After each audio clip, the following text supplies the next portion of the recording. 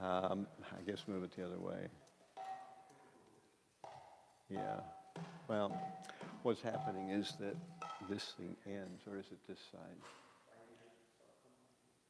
Oh, you can see the... Yeah, because it's better. It just makes a cleaner picture.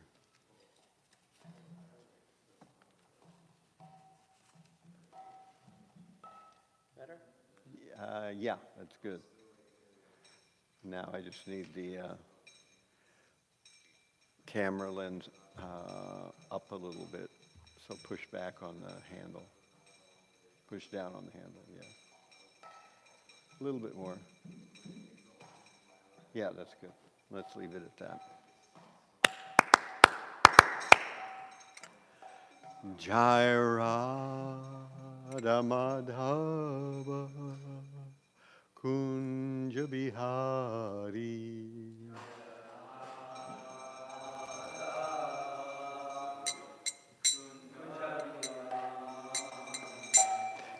Jai Radha Madhava Kunja Bihari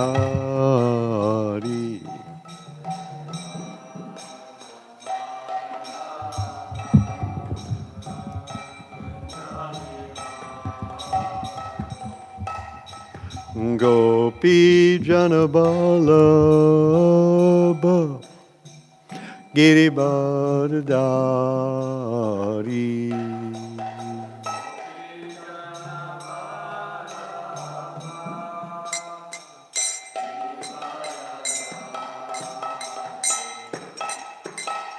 Yasodanandana Brajajana Ranjana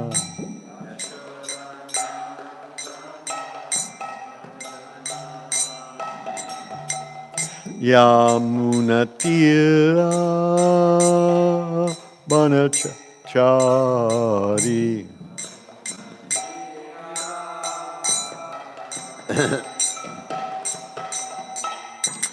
Jai Hamadhava Kunja Bihari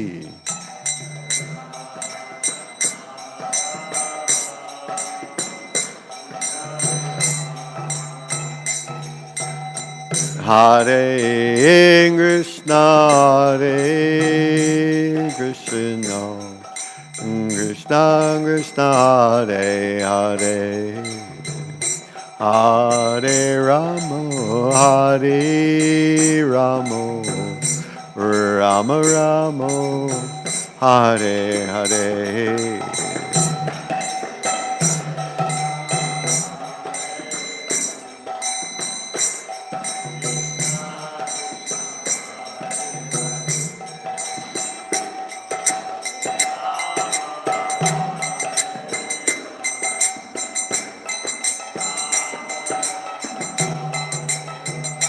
Hare Krishna, Hare Krishna, Krishna Krishna, Hare Hare, Hare Rama, Hare Rama, Rama Rama, Hare Hare.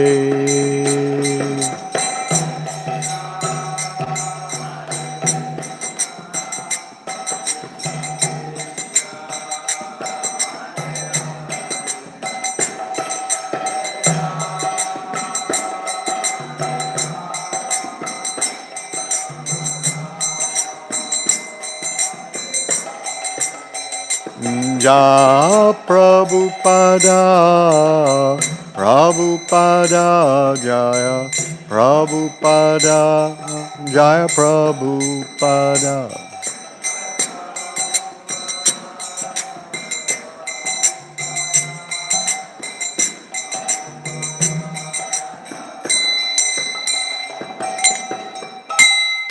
Jai Om Vishnupad, Paramahamsa Paramajakacharya, Bhutana Sata Shri Śrimad, His Divine Grace, A.C. Bhaktivedanta Swami Prabhupada Ki, Ananta Koti Vaishnavrinda Ki, Grantaraj Śrimad Bhāgavatam Ki, Samaveda Bhaktivinoda Ki, Gaur Premanandi.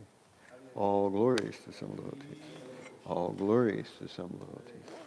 All glories to the Summit Devotees. All glories to Sri Sri Guru and Sri Gauranga.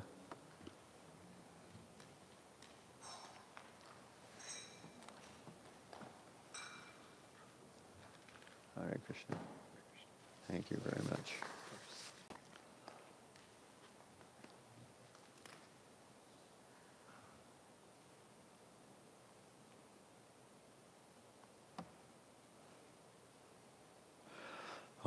Om Namo Bhagavate Vasudevaya.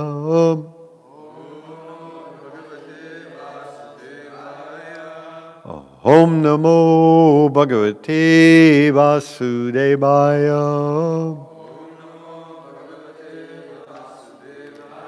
Om Namo Bhagavate Vasudevaya. Om Ajnanatimirandasya Gananjana Shalakaya Chakshur Anmilitam Yena Tasmai Shri Gurave Namaha Shri Chaitanya Manobishtam Stapitam Yena Bhutale Swayam Rupa Kadamaham Didati Swapadantikam Vandehang Shri Guru Shri Yuta Padakamalam Shri Gurun Vaishnavam Cha Shri Rupam Sagrajatam Sahagana Raghunatan Bitam Tam Sajivam Sadvaitam Savadhunam Parijana Sahitam Krishna Chaitanya Devam Shri Radha Krishna Padan Sahagana Lalita Shri Vishakanvitam Cha Hey Krishna Karuna Sindho Dina Bhano Jagatpate Gopesha Gopika Kanta Radha Kanta Namostute Dapta Kanchana Gaurangi Radhe Vrindavan Eshwari Vrishabhanu Sute Devi Pranamami Hari Priye Vanchakalpatarubhyascha Kripa Sindhubhya Evacha Patitanam Bhavanebhyo Vaishnavebhyo Namo Namaha Shri Krishna Chaitanya Prabhu Nityananda Shri Advaita Gadadhara Shri Vasadi Gaur Bhaktavrinda Hare Krishna Krishna Krishna Hare Hare Hare Rama Rama Rama Hare Hare Hare Krishna Krishna Krishna Hare Hare Hare Rama Rama Rama Hare Hare. Okay, so we are in Canto 3, Chapter 22, Text 19.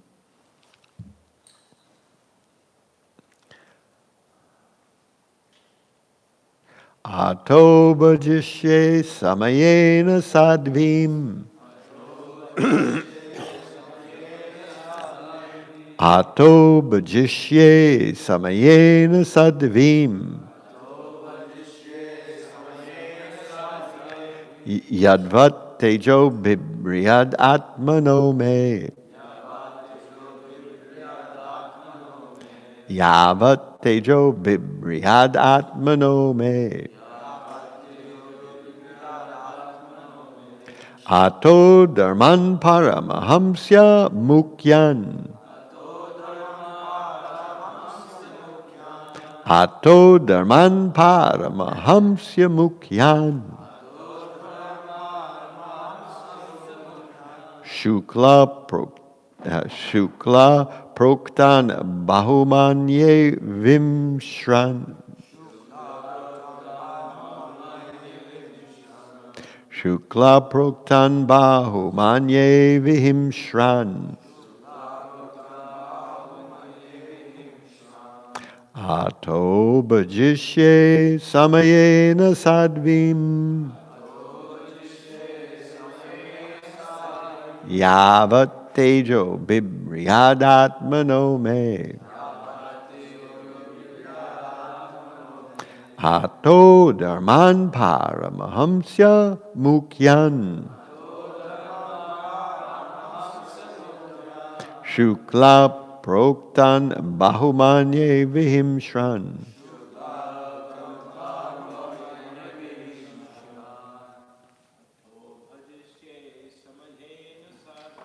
Ato bhajishye samayena sadvim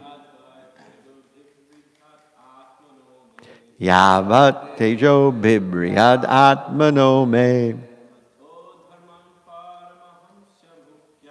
Ato dharman paramahamsya mukyan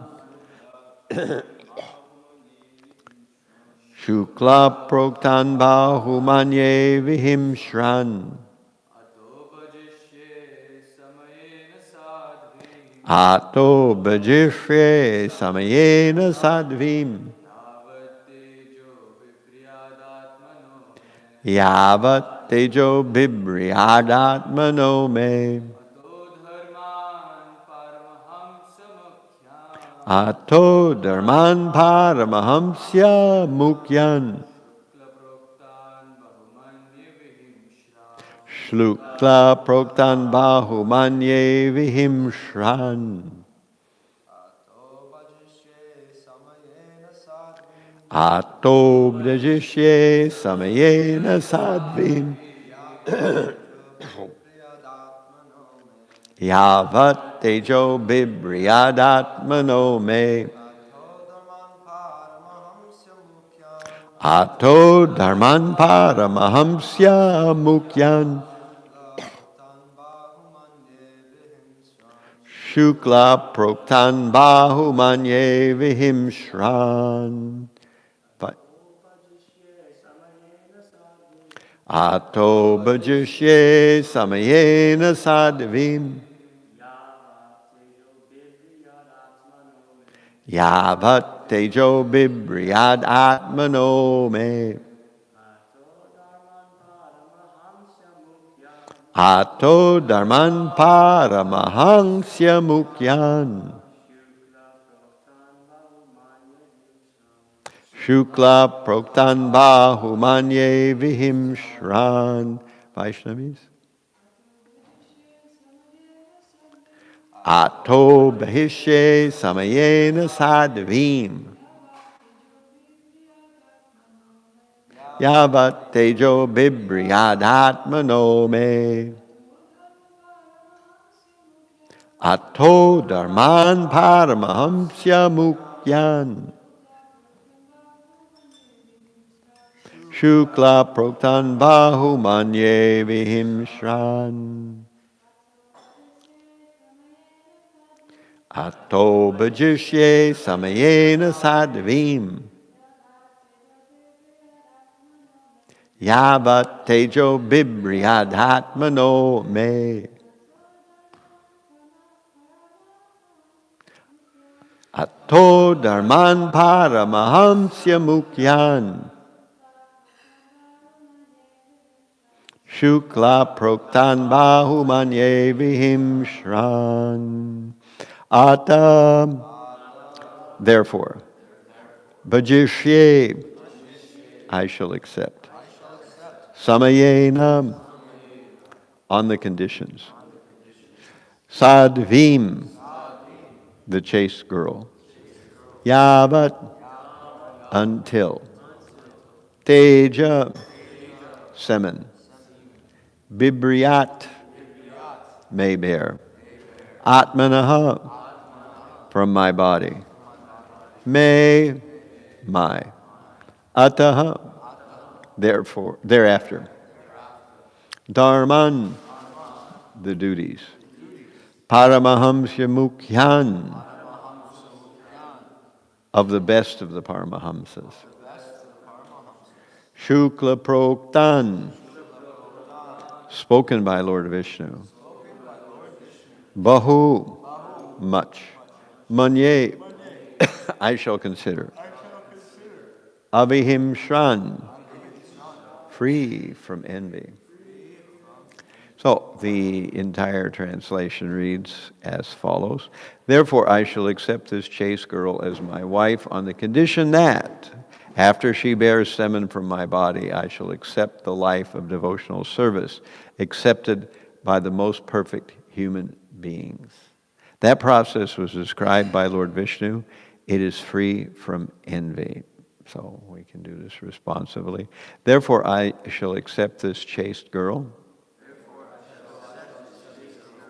as my wife, on the condition that after she bears semen from my body,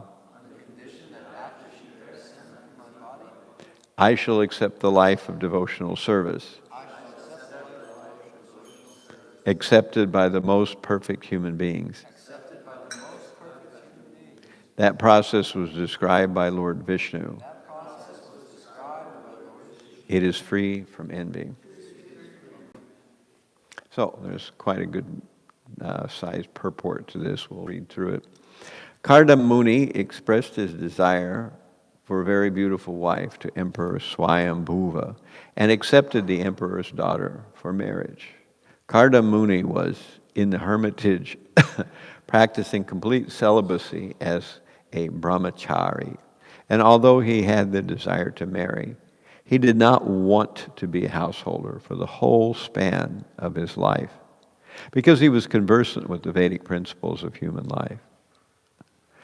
According to Vedic principles, the first part of life should be utilized for brahmacharya, for the development of character and spiritual qualities. In the next part of life, one may accept a wife and beget children, but one should not beget children like cats and dogs. Karda Muni desired to beget a child who would be a ray of the Supreme Personality of Godhead. One should beget a child who can perform the duties of Vishnu. Otherwise, there's no need to produce children. There are two kinds of children born of good fathers. One is educated in Krishna consciousness so that he can be delivered from the clutches of Maya in that very life. And the other is a ray of the Supreme Personality of Godhead and teaches the world the ultimate goal of life. As will be described in later chapters, Karda Muni begot such a child, Kapila, the incarnation of the Personality of Godhead, who enunciated the philosophy as Sankhya. Great householders pray to God to send his representative so that there may be an auspicious movement in human society. This is one reason to beget a child. Another reason is that a highly enlightened parent can train a child in Krishna consciousness so the child will not have to come back again to this miserable world. Parents should see to it that the child born of them does not enter the womb of a mother again. Unless one can train a child for liberation in that life, there's no need to marry or produce children. If human society produces children like cats and dogs for the disturbance of the social order, then the world becomes hellish, as it has in this age of Kali. In this age, neither parents nor their children are trained. Both are animalistic and simply eat, sleep, mate, and defend and gratify their senses. This disorder in social life cannot bring peace to human society. Karda Muni explains beforehand that he would not associate with the girl Devahuti for the whole duration of his life. He would simply associate with her until she had a child. In other words, sex life should be utilized only to produce a nice child and not for any other purpose. Human life is especially meant for complete devotion to the service of the Lord. That is the philosophy of Lord Chaitanya. After fulfilling his responsibility to produce a nice child, one should take sannyas and engage in the perfectional Paramahamsa stage. Paramahamsa refers to the most highly elevated perfectional stage of life. There are 4 stages within sannyas life. and Paramahamsa is the highest order. The Śrimad Bhāgavatam is called the Paramahamsa Samhita, the treatise for the highest class of human beings. The Paramahamsa is free from envy. In other stages, even the householder stage of life, there's competition and envy. But since the activities of a human being in the Paramahamsa stage are completely engaged in Krishna consciousness or devotional service, there's no scope for envy. In the same order as Karda Muni, about 100 years ago, Thakur Bhaktivinoda also wanted to beget a child who would preach the philosophy of and teachings of Lord Chaitanya to the fullest extent.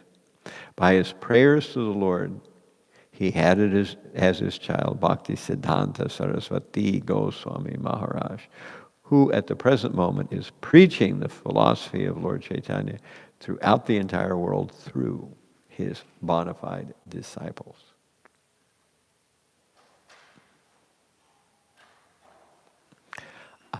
Ato bhajishye samayena sadvim yavat tejo bibhriyad atmano me ato dharman paramahamsya mukyan shukla proktan bahumanye vihimshran.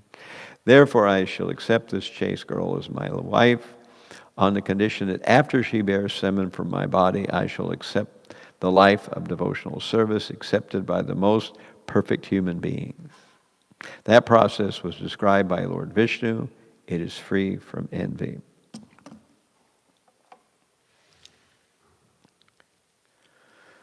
We've been discussing how this chapter of Śrimad Bhāgavatam, for the first 14 verses, we learn about Swayambhuva Manu offering his daughter to Karda Muni. Then from 15 to 21, which is where we are right now, we hear about Karda Muni accepting Devahuti. And then 22 to 39, which is the last group of verses in this chapter, will be a kind of explanation of Swayambhuva Manu going back to his capital city, Barishmati, which is in his country known as Brahmavarta, and how he lives out the rest of his life, Swayambhuva Manu. And, of course, his life is ridiculously long. So his life is very, very long period of time. But we're going to learn that Swayambhuva Manu lives in great opulence, yet he is not attracted or attached to any of it, and manages to dispose of his duties as a king in such a way that he's not entangled by all the opulence that generally a king is naturally surrounded by. So there's a lot of interesting things in this verse. We'll see how much we can get to. One thing I wanted to point out is that Prabhupada mentions that there are 4 stages of sannyas, and those stages are Kutichak, Bahudak, Parivrajacharya, and Paramahamsa. So in 5th canto, 1st chapter, verse 27, Prabhupada describes these different stages of sannyas. That the Kutichak stage, the earliest stage, the husband detaches from the family and lives in a hut at the side of the village, and his wife or children or both bring him food on a regular basis, but he doesn't live at home anymore. That's the Kutichak stage. And then the Bahudak stage is a stage where the sannyasi then does not receive food from his own family anymore, but rather he performs the activity known as madhukari, which is the lifestyle of the bee. He goes and he asks for a little bit of food from various different people, not taking too much food from any one person, so he doesn't get dependent on a particular individual. That's then the Parivrajaka stage is a stage where he travels all over the world, or all over, however far he can travel, and preaches the message of the spiritual process of Krishna consciousness. That's the Parivrajaka stage. Then the Paramahamsa stage is a stage where he just stays in one place and cultivates Krishna consciousness. So that's how Prabhupada describes it. Now, here, we begin to see that from a material point of view, the whole prospect of life is one big attempt at enjoyment. Everything is designed, thought of, and conceived of as a strategy for some kind of enjoyment. So, of course, when people get married, the idea is that now I will enjoy, I found the perfect person, and we will enjoy. And this will go on till we get old, and when we get old, we will rent or buy an RV and go look at the Grand Canyon and Niagara Falls and important places of pilgrimage like that. And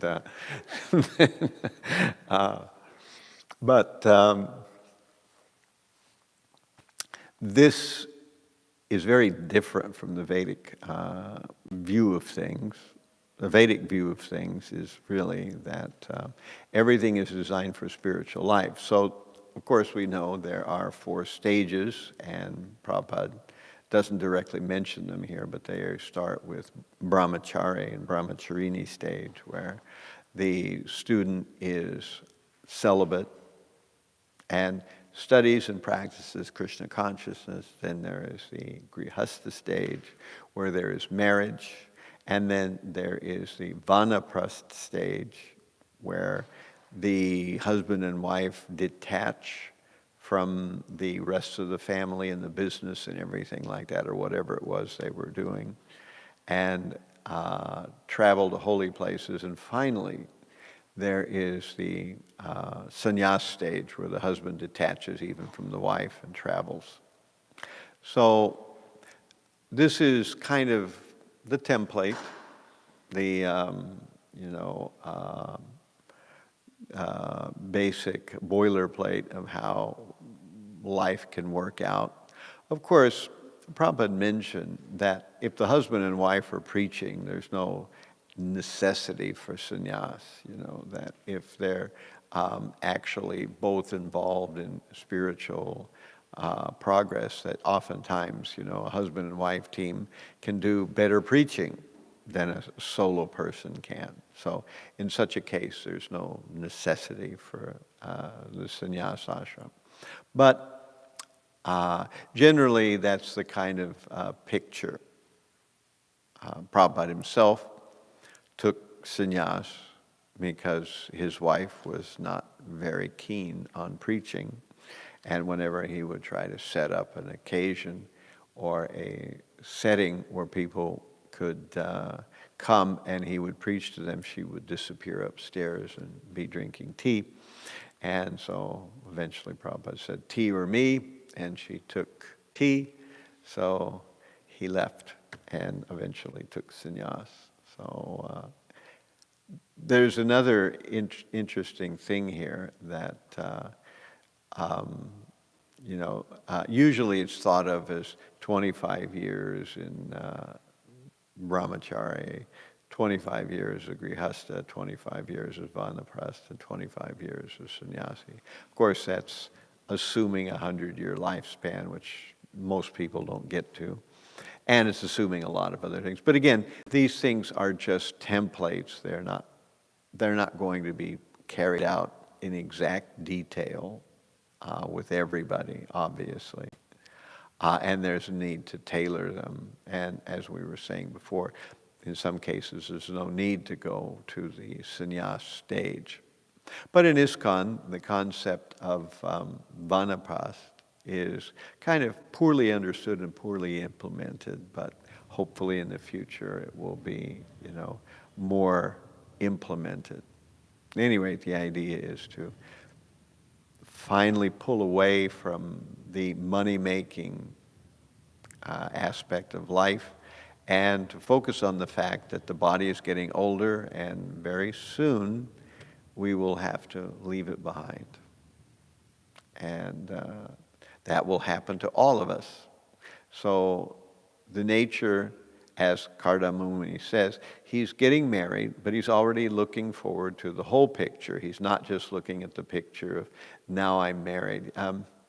Modern society really sees marriage as kind of the big blowout party, that girl and boy get together and everything. So now they're just going to enjoy and ha ha ha, we know what they're going to do tonight and the whole deal, All this kind of thing is there in the thinking of it. And they never think about the bigger picture, that eventually they're going to get older and how will that look, et cetera, et cetera. And the Vedic system looks at the whole picture. And so Kardamuni, even as he's not yet even married to Devahuti, he's already seeing the whole picture that he will become married, and they will live together for a long time. And as we'll see, as this whole chapter and others in this section following this chapter unfold, that she serves her husband for a long time, and they just basically perform yajnas. And then she asks for a child, and they have 9 girls. And then after that, they're traveling on this celestial airplane all over the universe, and they're enjoying for many years, so that part of their life is there too. And then Kapila is born, and when Kapila Dev is born, who is actually a direct expansion of the Supreme Personality of God, teaching the Sankhya philosophy, then Kardamuni says, okay, we knew this was going to happen, now I'm taking sannyas, now you have a son. And so, of course, Devahuti is sad that her husband is leaving, but she has a son, and her son Kapila Dev will explain to her the Sankhya philosophy, which is a very technical philosophy about, it's described in a nutshell. Sankhya is the analysis of matter and the analysis of spirit, how the two interact, how reality is created. It has 24 elements. And this is Sankhya, at least Kapila Dev's version of it. However, please don't get this confused with the way Sankhya is taught in the modern day, because there was another Kapila that lived much later than Devahuti's Kapila. And this other Kapila was an atheist, and he taught Sankhya, but without the Supreme Personality of Godhead being involved in that description. So it's a atheistic version of Sankhya philosophy. That's what the modern Kapila taught. And that's what, as far as modern India and modern scholarship and what people know of as the Vedic philosophy, they think of the atheist Kapila's version of Sankhya, not Devahuti Putra, or the son of Devahuti, Kapila Dev's version of it. All right, so Prabhupada is mentioning this idea that we should not beget children like cats and dogs. So there's this verse, see if I can get it right. This verse is like another one of those tongue twister verse. And it starts with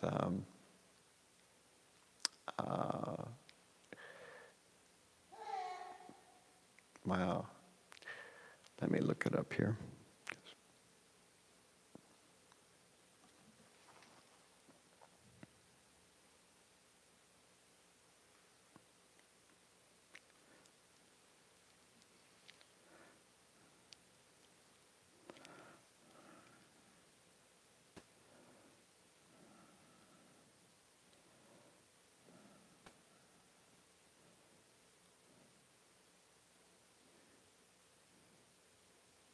Mhm.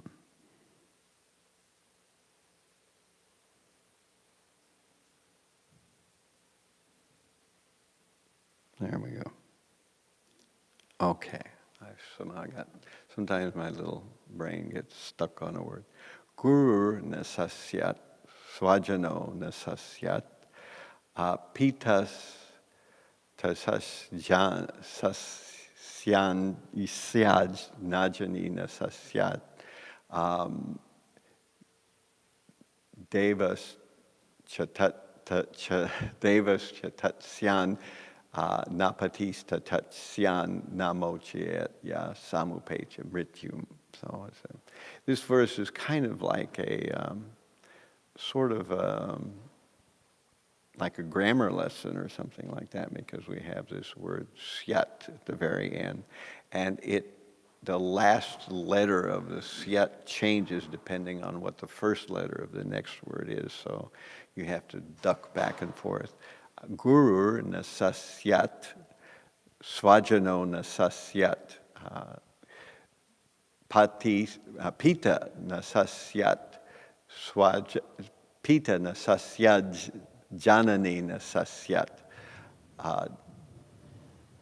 devas natatsyan, devas natatsyan,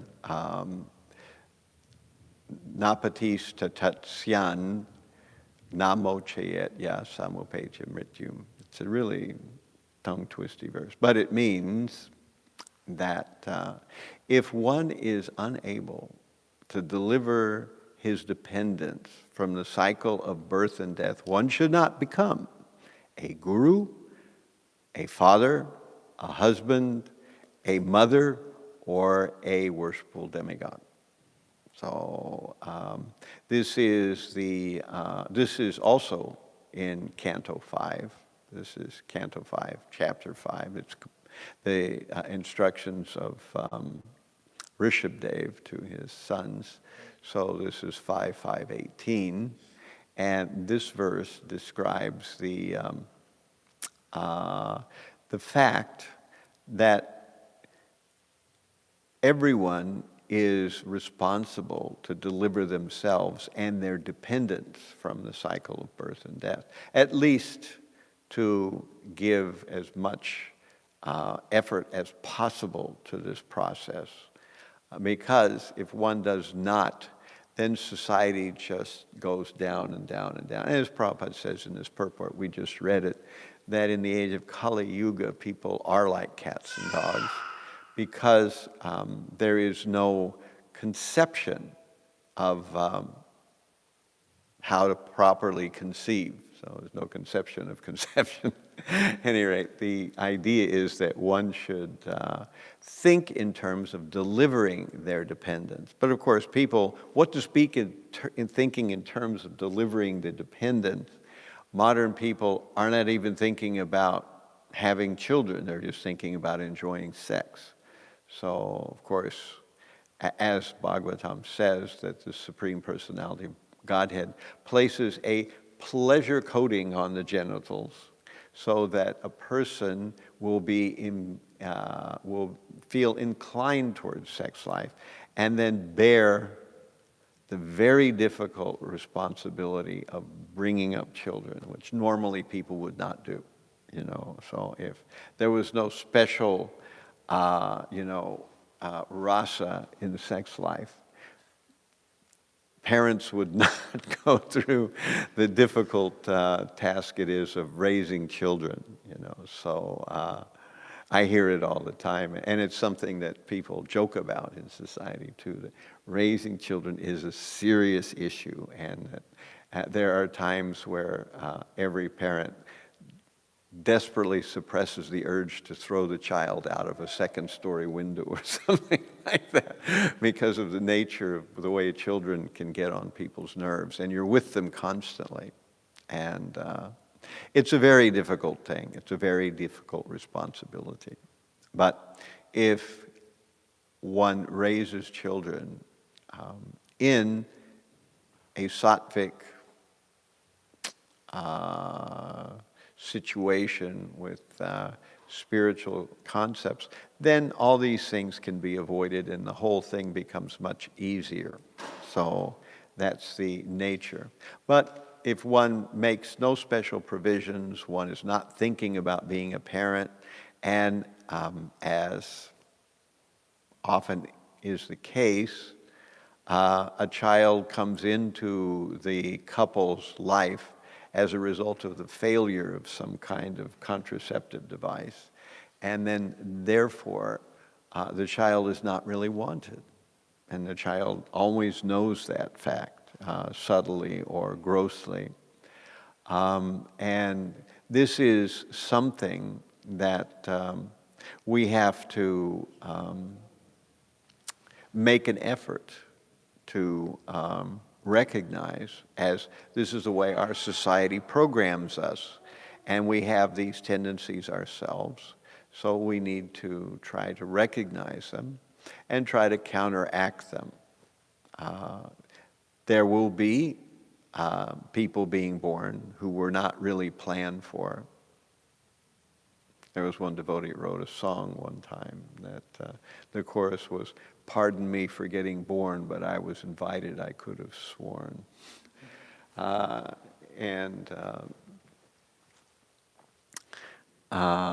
The necessity is for children to be loved and cared for. Not only, but also their ultimate welfare should be clearly understood and arranged for. That's an important part of it. Otherwise, as we see that there will just be proliferation of children who are not really cared for, not really loved, and moreover, even if they're loved, there is no sense of how to set the child up in a way that the child won't make every mistake in the book on the way to becoming older. So that's the way our society is, because people don't know anything about raising children generally. So the child will tend to make every mistake in the book. And the parents don't have a clue, and the child doesn't have a clue. And this is what Prabhupada's indicating when in the purport he talks about not raising children like cats and dogs. Okay, so I want to leave some time for questions and discussion. Do we have our microphone? Is it handy?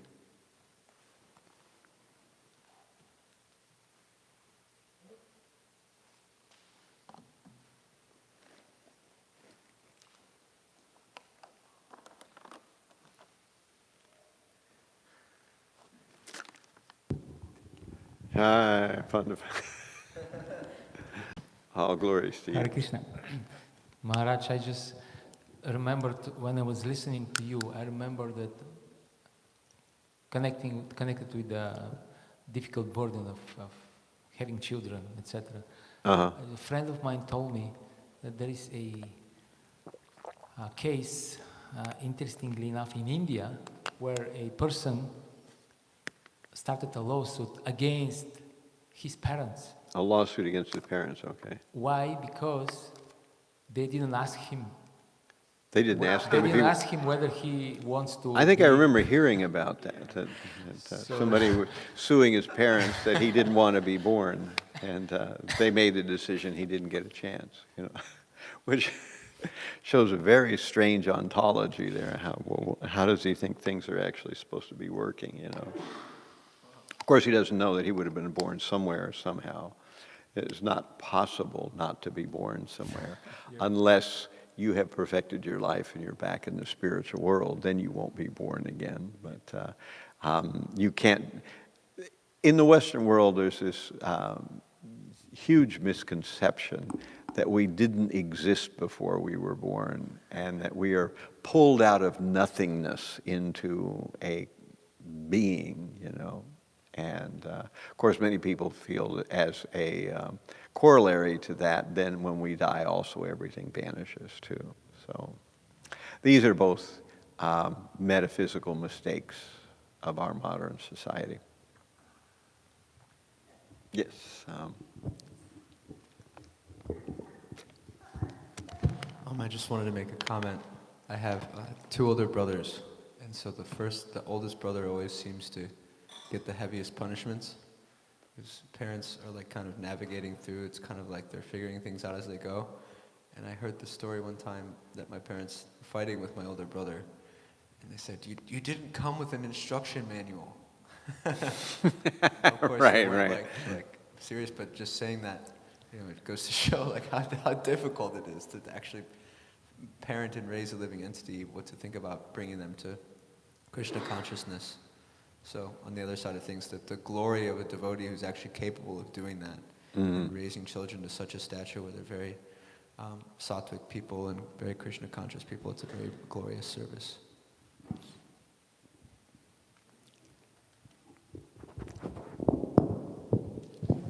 Hare Krishna Maharaj. I was wondering, what does it really mean to deliver your dependence? To what? To deliver your dependence.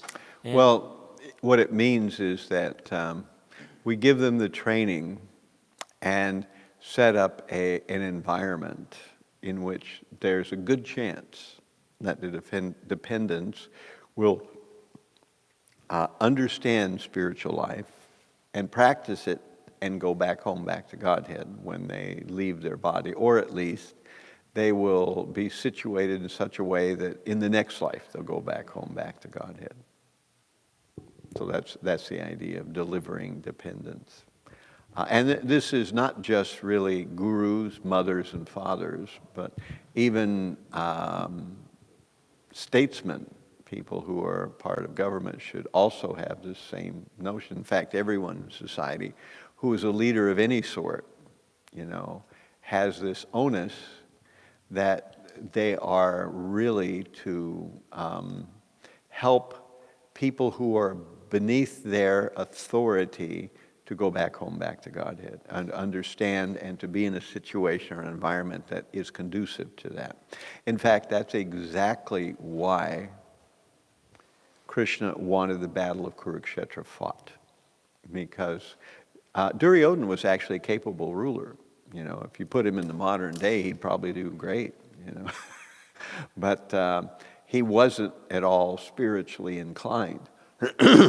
That was what he lacked.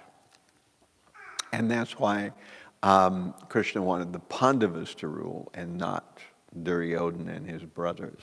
So the Battle of Kurukshetra had to be fought for that reason.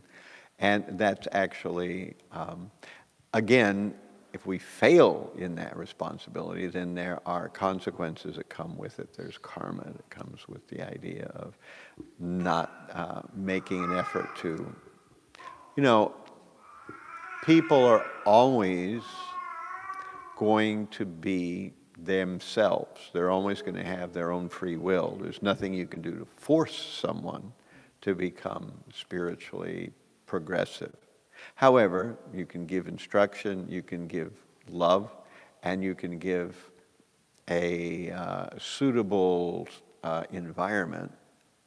And then if they fail after that, that's on them and not you. But the idea is that we try to do the best to give information, inspiration, nurturing, and an appropriate environment. And if we do that, then there's a good chance that the person will appreciate the importance of spiritual life and take to it.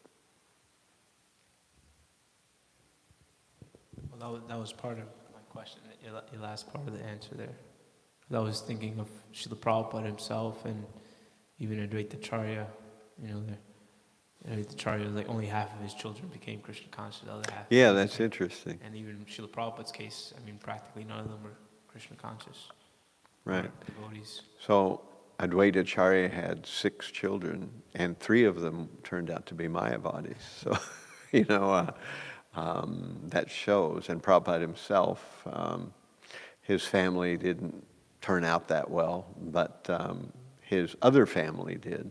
At least the devotees, they took up spiritual life to the best of their abilities, and we're fumbling along down the road of time through the centuries. And it's interesting, too, that Prabhupada makes this mention of ray of Vishnu, which means that Bhaktivinoda Thakur was in a peculiar time and place. At the time of Bhaktivinoda Thakur, the entire Vaishnav sampradaya was almost non-existent.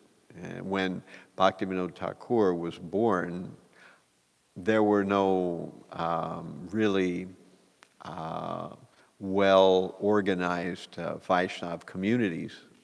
And what there was of the Vaishnav tradition was all these pseudo-Vaishnav sects that he mentions there are 13 of, like the Bolas, Olas, Gauranga Nagaris, the Atibaris, and all these other groups that were thought of as Vaishnav by the common people, but they were not really practicing Vaishnava principles. They were practicing various distortions of them. And as a result, he felt, when he himself finally came into contact with genuine Vaishnava teachings, he began to realize how important the Vaishnava system is. And he needed help in establishing it again in the world. It had really come to the point of almost extinction, as Krishna says, wherever and whenever there's a rise of irreligion and a predominant fall in spiritual practice. At that time, I descend myself, or I send my representative. So this is what was happening. Bhaktivinoda Thakur wanted to revive Krishna consciousness in a bona fide, definite way, and set it apart from these bolas and olas and Gauranga Nagaris and all this other group. So he prayed for a ray of Vishnu, and that ray of Vishnu was Bhaktisiddhanta Sarasvati Thakur. So Prabhupada says that when you bring these kind of children into the world, and that's very exceptional. So sometimes you can deliver your child, but even better is if the child is an acharya. But of course, that's not something that happens routinely. I think you had a question. Thank you. Thank you so much for the nice class. I was just thinking, I try to understand in this verse how basically Kapila said that, once your child will be born, I'll just leave. So it kind of inspires feeling of unfairness in me. Usually, I can understand kind of taking sannyas or whatever devotional service after child a little bit grown up or completely grown up. But this seems like a little bit, I just try to understand how it can be in this way. And especially that the father is like the main guru for the child, the main role model. And if he leaves, then how, it's not like every child can be the Supreme Personality of Godhead. I just try to understand this verse in this way. Well, they're speaking in a it is kind of a mysterious use of words. So this verse is saying that Kardama Muni is going to accept Devahuti as his wife, and then after she bears a child, then he's going to leave, and he's going to accept the most perfect process. So that's indirectly talking about the idea of accepting sannyas, and the most perfect process is Paramahamsya. That's the word that that appears in the Sanskrit, and it's being glossed here, or it becomes translated as accepting the process, or accepting the life of devotional service accepted by the most perfect human beings, which is those that have given away or become unencumbered by various social obligations. So that's the idea. Is that what your question was, or did I miss the point? I guess it's just how it can be practical that the husband leaves right after the child is born. That's my question. How being practical? How what? it can be practical that the husband can leave right after the child is born. Or Well, something like he that. didn't leave right after the child was born. Kapila was old enough to teach his mother, so I think that there was, I'm not sure exactly the time frame now that you're making the question, whether it was right after he was born or it was some little bit of time afterwards. Here, the wording being used suggests that he leaves right after the child is born, but I don't know if that's exactly right. I don't remember, and I haven't looked at the story closely enough to know whether that's what happened. But what we find out is that after he leaves, Devahuti gets instructed by Kapila Dev, which must mean that he was old enough to at least teach, so that must mean that Kardama must have been around to some extent. Normally this wouldn't be done this way, but what you're seeing here is an explanation of the lives of people who are at the very beginning of the universe unfolding. So it's not like there's a lot of other stuff going on. So they are doing things in ways that we probably wouldn't follow the same pattern of in our modern life. But essentially the same concept is there, that the idea is that parents, they give birth to some children. Those children they nurture and they care for, and they try to create a good environment. The children grow up, and then at a certain point the parents pull out from the business, if that's what they were doing, or whatever the occupation was. They let the children take that over, or the children deal with it, and then they are no longer breadwinners anymore. They just travel to holy places. So that's the usual idea of not Parvajak, but Vanapas, where they travel to various temples and they take darshan of various deities and they contemplate the fact that soon we'll be leaving the world, et cetera, et cetera. And that's the sort of ideal, Vedic transition through life, Does that make sense?